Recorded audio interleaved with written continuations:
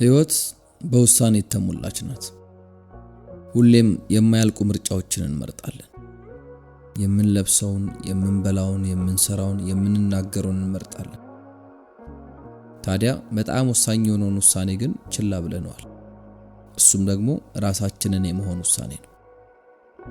ወላጆቻችን የሚፈልጉትን አይነት አይደለም።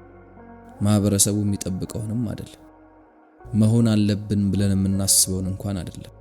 ነገር ግን እውነተኛውን ማንነታችንን፣ ቀላሉን እኛነታችንን ዘንግተናል። ልክ ራሳችሁን በምትመርጡበት ቅጽበት ማለትም ከኩራትና ራስ ወዳድ ከመሆን አንፃር እኮ አይደለም፣ ነገር ግን ራስን በጥልቀት ከመረዳትና እውቅና ከመስጠት አንፃር ከመረጣችሁ ሁሉም ነገር መለወጥ ይጀምራል። የሆነ አስደናቂ ነገርን ማድረግ ስለጀመራችሁ አይደለም፣ ነገር ግን የሆነ የተሳሳተ ነገርን ማድረግ ስለምታቆሙ ነው። ማስመሰልን በቃ ስለምትሉት ነው። እስኪ ራሳችሁን በታማኝነት ጠይቁ። ለራሳችሁ ነው እየኖራችሁ ያላችሁት ወይስ ደግሞ ለሌሎች? ማለትም አእምሯችሁ ውስጥ ላለው የማይታይ ተመልካች፣ ሁሌም ለሚያያችሁ፣ ሁሌም ለሚተቻችሁ ነው የምትኖሩ? ብዙ ሰዎች በፍጹም ይሄን ነገር አይጠይቁም። በማስመሰልና በመተወን ቢዚ ናቸው። አይተውትም አግኝተውትም ለማያውቁት የሆነ ማንነት ራሳቸውን ለማረጋገጥ በመታገል ውስጥ ቢዚ ናቸው። ነገር ግን ያንን ብታቆሙ ምን ይፈጠራል? ለራሳችሁ ለመኖር ብትወስኑ ምን ይመጣል? እንደምታስቡት አይደለም። ራሳችሁን መምረጥ ስለማምለጥ ወይም ደግሞ ራስ ወዳድ ስለመሆን አይደለም። ሰዎችን ወይም ደግሞ ኃላፊነቶችን ስለመካድም አይደለም። ይልቁኑ ህይወትን እንዳለችበት ስለመቀበልና በዛ መስመር ውስጥ እንግዳ እንዳልሆናችሁ፣ የዛ ነገር አካል እንደሆናችሁ መረዳት ስለመቻል።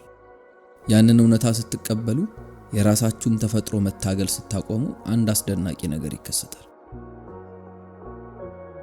ዘና ትላላችሁ። እውነተኛ ተዝናኖት ሶፋ ላይ ጋደም ብሎ ምንም ስላለማድረግ አይደለም። ውስጣዊ ተቃውሞ ሳይኖርባችሁ ማድረግ ያለባችሁን ነገር ስለማድረግ።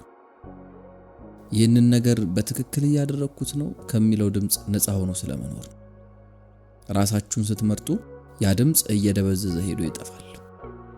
ዝም አስብላችሁት እኮ አይደለም፣ ነገር ግን እሱን ማመን አቁማችሁ ለእናንተ እንደማይገባ ተረድታችሁ ነው። መሆን የለባችሁም ያሏችሁ ሰዎችም ድምጽ የገደል ማሚቱ፣ የወላጆቻችሁ፣ የአስተማሪዎቻችሁ፣ የጓደኞቻችሁ የነበራችሁበት ባህል ድምጽ ነው። በጎ ሊመስሉ ይችላሉ፣ ነገር ግን ወደ ራሳቸው ዓላማ ጎትተው እያስገቧችሁ ነበር።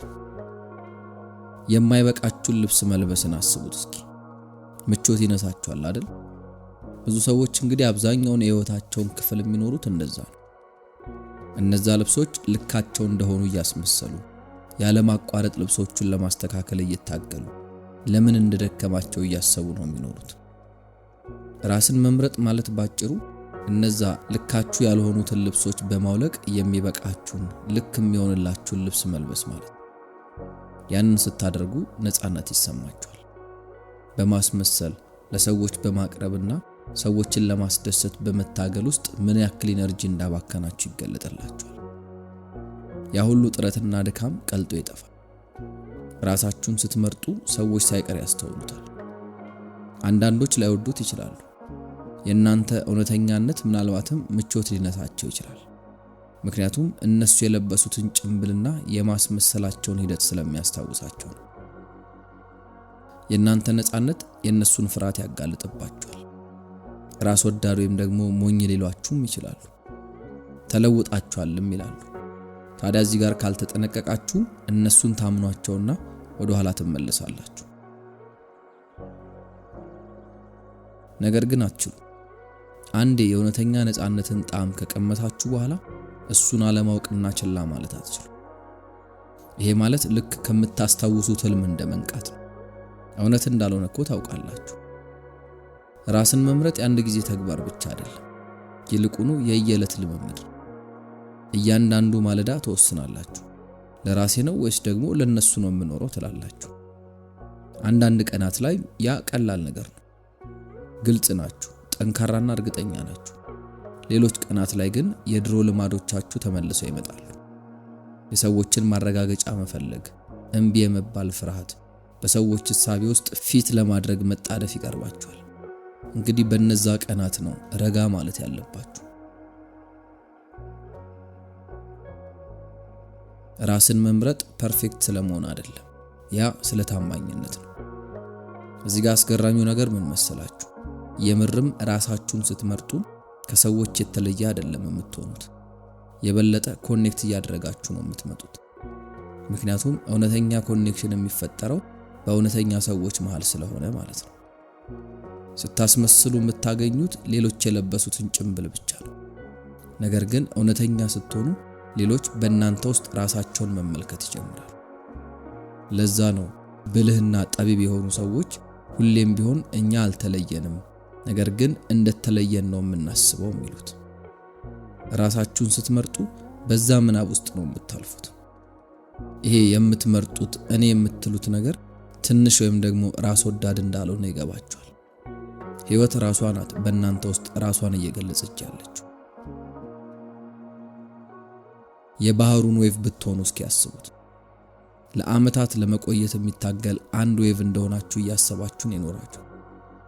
ነገር ግን አንድ ቀን ሁሌም ባህሩን እንደነበራችሁ ትረዳላችሁ። ዌቭ ለተወሰነ ጊዜ የተወሰደ የባህሩ ቅርጽ ነበር። ከዛ በኋላ መጋጨት በፍጹም አያስፈራችሁ፣ ምክንያቱም ወደ ራሳችሁ ስለምትመለሱ። ታዲያ በድንገት ሕይወት ጨዋታ እየሆነች ትመጣለች። ለመትረፍ ወይም ደግሞ ለማሸነፍ አትታገሉ። እዚህ ያላችሁት ለልምድ ነው፣ ለመግለጽ ነው፣ ለመሆን ነው። ነገር ግን ብዙ ሰዎች እዚህኛው ምዕራፍ ላይ መድረስ አይችሉም፣ ምክንያቱም አብዝተው ይፈራሉ። ደህንነታቸውን የማጣት ፍርሃት፣ የሰዎችን ማረጋገጫ የማጣት፣ ሪሌሽናቸውን የማጣት ፍርሃት አለባቸው። ነገር ግን እስኪ ራሳችሁን ጠይቁ። አሁን እየኖራችሁ ያላችሁትን ሕይወት የምርም እየኖራችሁት ነው ወይስ ደግሞ ቀስ እያለ የሚያዘግም ሞት ነው?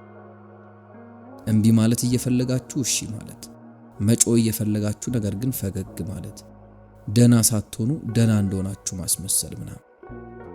እያንዳንዱ የማስመሰል ተግባር ከእውነተኛነታችሁ ላይ የሆነ ክፍልን እየገደለ ነው የሚሄደው። ያለ እውነተኛነት ደግሞ ሕይወት ቀለሟን ታጣለች፣ የምትደጋገምና ደብዛዛ ትሆናለች። ጠዋት ትነቃላችሁ፣ ትተውናላችሁ፣ ትተኛላችሁ፣ ከዛ በቃ ይሄንኑ ትደጋግሙታላችሁ። ወደዚህ ምድር የመጣችሁት ለዚህ ነው? የታዘዘውን የሚሰራ ማሽን ለመሆን ነው? በፍጹም። ወደዚህ የመጣችሁት ስሜታችሁን ፊል ለማድረግ፣ ለመውደድ፣ ለመወደድና ሙሉ ሕይወታችሁን የምር ለመኖር። ታዲያ ከሆነ ሰው ስክሪፕት ጀርባ ከተደበቃችሁ ያንን በፍጹም ማድረጋችሁ። ልክ ራሳችሁን ስትመርጡ አለ አይደል ጨለማ ክፍል ውስጥ የፀሐይ ብርሃን ሲገባ እንደማለት ነው። ሁሉንም ነገር በግልጽ ማየት ትጀምራላችሁ። ስለ ራሳችሁ፣ ስለ ሪሌሽናችሁ፣ ስለ ሕይወታችሁ እውነታውን ማየት ትጀምራላችሁ። ይሄ ደግሞ አስፈሪ ነው፣ ምክንያቱም አሁን እውነተኛ ምርጫዎችን ነው መምረጥ ያለባችሁ። ሴፍ የሆነውን አይደለም ያልኩት፣ እውነተኛውን ነገር ምረጡ። ይሄ እንግዲህ ብዙ ሰዎች ተስፋ ቆርጠው የሚመለሱበት ምዕራፍ ነው። ለውጥን ከመጋፈጥ ይልቅ መተኛትን ይመርጣሉ።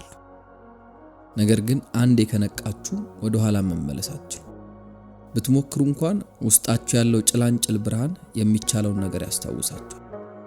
ስለዚህ ምርጫ አላችሁ።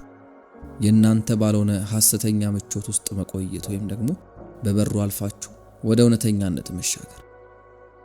ተገቢውን ነገር ስትመርጡ ተአምራት ይከሰታሉ። ፍርሃት በፍጹም አይጠፋም፣ ነገር ግን በሱ መመራትን ታቆማላችሁ። እርግጠኛ ለመሆን ይኖራል፣ ነገር ግን ከሰላማችሁ ጋር ሆናችሁ ትጋፈጡታላችሁ። ሙሉና እውነተኛ ትሆናላችሁ። ውስጣዊ ጦርነት ማለት አሁን ባላችሁ ማንነትና መሆን አለብኝ ብላችሁ በምታስቡት ማንነት መሃል ያለው ጦርነት እየጠፋ ነው የሚመጣው። በዛ ሙሉነት ውስጥ ሁሉ ነገር በተገቢው መስመር ይፈሳል። ስራ ልፋት አልባ ይሆናል፣ ምክንያቱም ከተፈጥሯችሁ ጋር አንድ መስመር ላይ ስለሚሆን። ሪሌሽኖች ታማኝ ይሆኑላችኋል፣ ምክንያቱም ማስመሰል ታቆማላችሁ። ሕይወት ትርጉም የሞላት ትሆናለች፣ ምክንያቱም ሙሉ ለሙሉ የእናንተ ስለምትሆን። እዚህ ጋር ግን ግልጽ ማድረግ ያለብን ነገር ይሄ ሂደት በፍጹም ቀላል አይሆንም። ራስን መምረጥ በሕይወታችሁ የምታደርጉት እጅግ አስቸጋሪና ከባዱ ነገር ነው። ይሄ እንግዲህ በዙሪያችሁ ባለው ዓለም የገነባችሁትን የድሮ እምነቶቻችሁን፣ ማንነታችሁንና የምናብ ቅዠታችሁን መተው ስለሆነ ማለት ነው። ጥላውን፣ ንዴቱንና የቀበራችሁትን ደስታ መጋፈጥ ነው። ይሄ ጉዞ ውስብስብና ህመም ይሞላው። ሁሉም ነገር ላይ ጥያቄ የምታነሱባቸው ቀናት ይመጣሉ። የድሮ ህይወታችሁን የምትናፍቁበት፣ ወደ ኋላ መመለስ ብችል የምትሉባቸው ቀናት ይመጣሉ። ነገር ግን ወደፊት መራመዳችሁን ትቀጥላላችሁ። ቀላል ስለሆነ እኮ አይደለም፣ ነገር ግን እውነተኛ ስለሆነ ነው። ቀስ እያለ የውስጣችሁ ተቃውሞ እየላላ ይመጣል። ፍርሃት አቅሙን ያጣል። ከዛም ደግሞ ቆንጆ የሆነ ነገር ውስጣችሁ ይገባል። ያ ነገር ደግሞ ሰላም ነው። ነገሮችን የመቆጣጠር ወይም ደግሞ ፐርፌክት የመሆን ሳይሆን እጅ የመስጠት ሰላም። ከእምነት የሚመጣ አይነት፣ የፈለገው ነገር ቢመጣ ደህና እንደምትሆኑ የማመን አይነት። ምክንያቱም ከራሳችሁ ጋር ጦርነት ውስጥ የምትገቡበት ምዕራፍ ስላበቃለት ማለት ነው። ይህ አይነት ከፍታ እንግዲህ በስኬት ወይም ደግሞ በውድቀት ላይ ጥገኛ የሚሆን አይደለም። ስትፈልጉት የነበረውን ማንነት እንደሆናችሁ ትረዳላችሁ። ያ ደግሞ ሁሉን ነገር ይለውጣል። ትክክለኛ ሰዎች በትክክለኛው መስመር ወደ እናንተ ይመጣሉ። እናንተ ፈልጋችኋቸው አይደለም፣ ነገር ግን ያላችሁበት ተመሳሳይ መስመር እነሱን ስለሚስባቸው ነው። ሰውነታችሁ ራሱ ይለወጣል። ለዓመታት የተሸከማችሁት ጭንቀት ይጠፋል። ህመሙ፣ መዛሉ ይከስማል። ራሳችሁን ስትመርጡ ሰውነታችሁ ዘና ለማለትና ለመዳን በቂ የሆነ ሴፍ የመሆን ስሜት ይሰማል። ስለዚህ እውነታው ምን መሰላችሁ? ራሳችሁን ስትመርጡ እንግዲህ ምን እንደሚፈጠር ነግሬያችኋለሁ። ነገር ግን እውነተኛው ጥያቄ የፈለገ ነገሮች ከባድ ቢሆኑም እንኳን ራሳችሁን ትመርጣላችሁ የሚለው ነው። ማንም ማረጋገጫ ባይሰጣችሁ፣ መስመሩ ቢያስፈራችሁም እንኳን ያንን ታደርጋላችሁ ወይስ ደግሞ ማስመሰሉን ትቀጥላላችሁ የሚለው ነው። ህይወት ከምታስቡት በላይ አጭር ናት። ራሳችሁን ባለመሆን የምታሳልፉት እያንዳንዱ ቅጽበት ለዘላለሙ የማይመለስ ኪሳራ ነው። ስለዚህ ለምን ሌሎች ከናንተ የሚጠብቁትን ለማሟላት ትኖራላችሁ? ራሳችሁን ምረጡ። ያንን የምታደርጉት ደግሞ የሆነ ቀን ወይም አንድ ቀን ሳይሆን አሁን ዛሬ ነው። ያንን አድርጉና እንዴት በዙሪያችሁ ያለው ዓለም እንደሚለወጥ ተመልከቱ።